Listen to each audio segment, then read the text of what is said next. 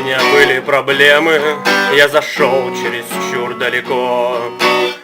Нижнее днище нижнего ада мне казалось не так глубоко. Я позвонил своей маме, и мама была права.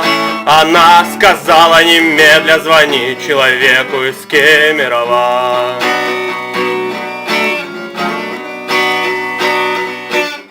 Он скуп на слова, как Де Ниро, с ним спорит только больной.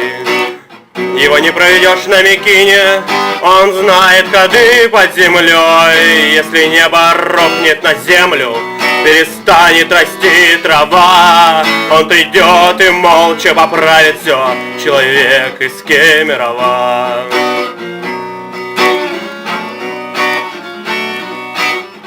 Адам стал беженцем, Авель попал на мобильную связь. Но не достроил того, что он строил, нажрался и упал лицом в грязь. История человечества была бы не так крива, если бы они догадались связаться с человеком из Кемерово. Мне звонили из Киева, звонили из Катманду, звонили с открытия пленума, я сказал им, что я не приду.